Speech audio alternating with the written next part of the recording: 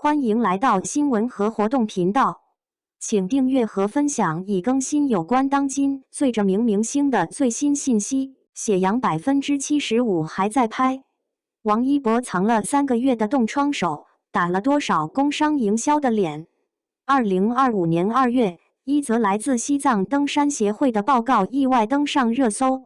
报告上清清楚楚写着，演员王一博在贡嘎雪山拍摄期间，血氧浓度一度降至75%，5次急性高原反应发作。那是一个凌晨，冰壁温度跌破零下15度，他的嘴唇冻得发紫，急救设备警报声刺耳，全组人都吓得不敢出声。可就在镜头对准的瞬间，这个27岁的青年演员立刻挺直脊背，挥动冰镐的动作没有丝毫迟疑。杀青3个月后，粉丝从机场路透图里才偶然发现他满手的冻疮已经结痂。原来他一直把手藏在羽绒服口袋里，就像藏起一枚不被允许展示的勋章。与那些常常被诟病的工商营销相比，他选择的是沉默与隐忍。这并不是王一博第一次和身体硬碰硬。2025年3月28日凌晨，追风者片场的监控记录下惊悚一幕：高空威亚扣突然崩裂，他在半空后空翻时直坠地面，众人甚至听见骨头错位的声音。医护人员冲上前时，他却撑着墙对导演喊：“这条能不能保一条？”诊断书上写着，左侧锁骨骨折，3根肋骨骨裂，右手掌擦伤深可见肌腱。早在2021年，珠海赛车场的一场暴雨让赛车失控，他的车旋转3圈后猛撞护栏。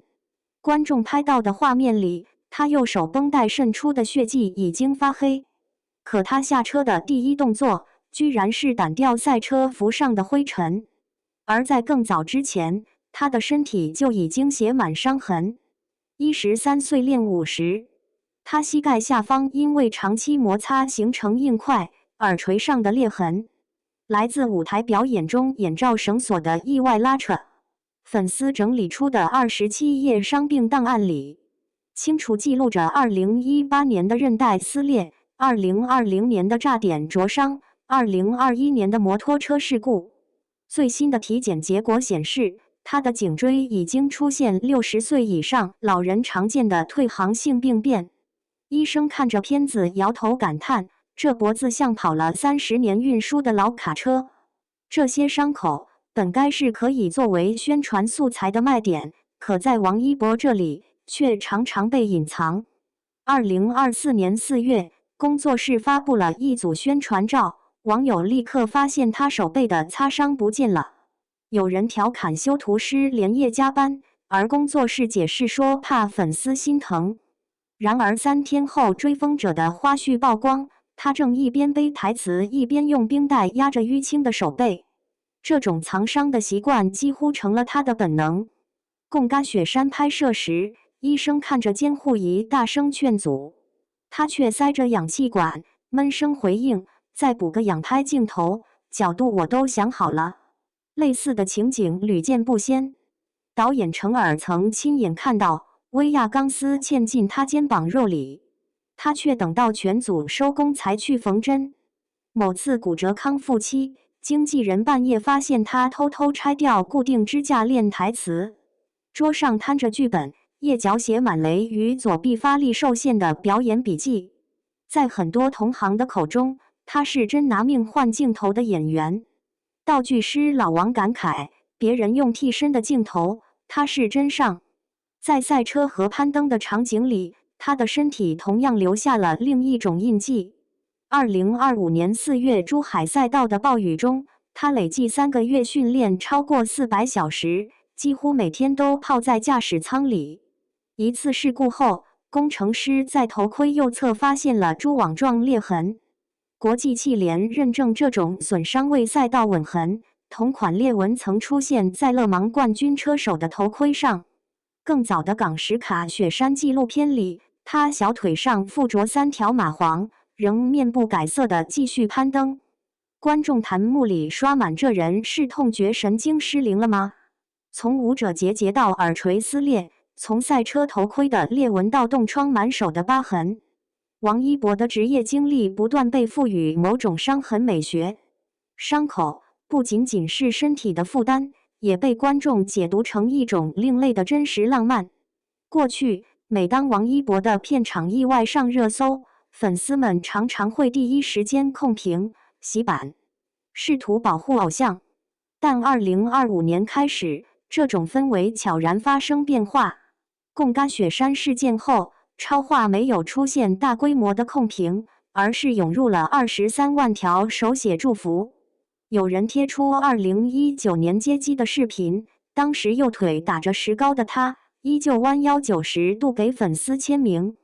站姐们甚至把原定的应援资金转为公益捐赠，为急救培训中心购置设备。医院走廊堆满了包裹，每个箱子上都印着一句话：你可以做平凡的王一博。央视网更在当晚发文追问：当轻伤不下火线成为娱乐行业的潜规则，我们究竟在歌颂什么？王一博的故事折射的不只是一个演员的敬业精神，更是整个行业的畸形现状。在经纪合同里，常常会有艺人不得带伤工作的条款，但现实中，这类条款往往形同虚设。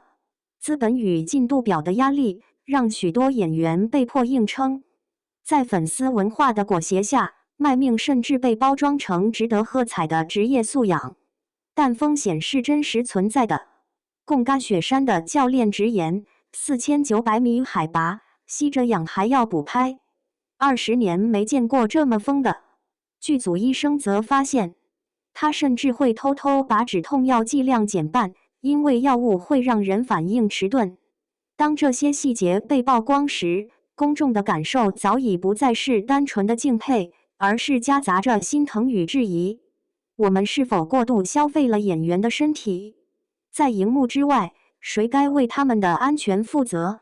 有趣的是，这些伤痕在公众叙事中常常被美化。舞者节被称为舞蹈者的勋章，赛车头盔裂纹被称为速度的纹身，耳垂撕裂被解释为舞台事故的浪漫。然而，当修图师擦掉他手背的淤青时，却忽视了一个关键事实：观众真正想看到的，并不是完美无瑕的幻象，而是一个鲜活的人，一个会流血、会疼痛，却依旧坚持的演员。这种对真实的渴望，正是粉丝群体态度转变的根源。大家不再期待一个神话的、无懈可击的偶像，而是愿意接纳那个有伤痕、有疲惫的王一博。从贡嘎雪山到赛车场，从舞台到片场，王一博的经历像是一部身体受难史。有人说他是在用生命换作品，有人赞他是不死鸟，也有人替他心疼，劝他慢下来。但无论如何，这些伤口提醒我们，真正值得被铭记的，不是工商营销式的炒作，而是一个演员选择把伤痛藏起来，仍然全力以赴完成角色的职业尊严。或许，比起一次次震惊全网的事故，我们更希望看到的是他能以健康的身体继续走得更远。正如粉丝们写在应援箱上的那句话：你可以做平凡的王一博。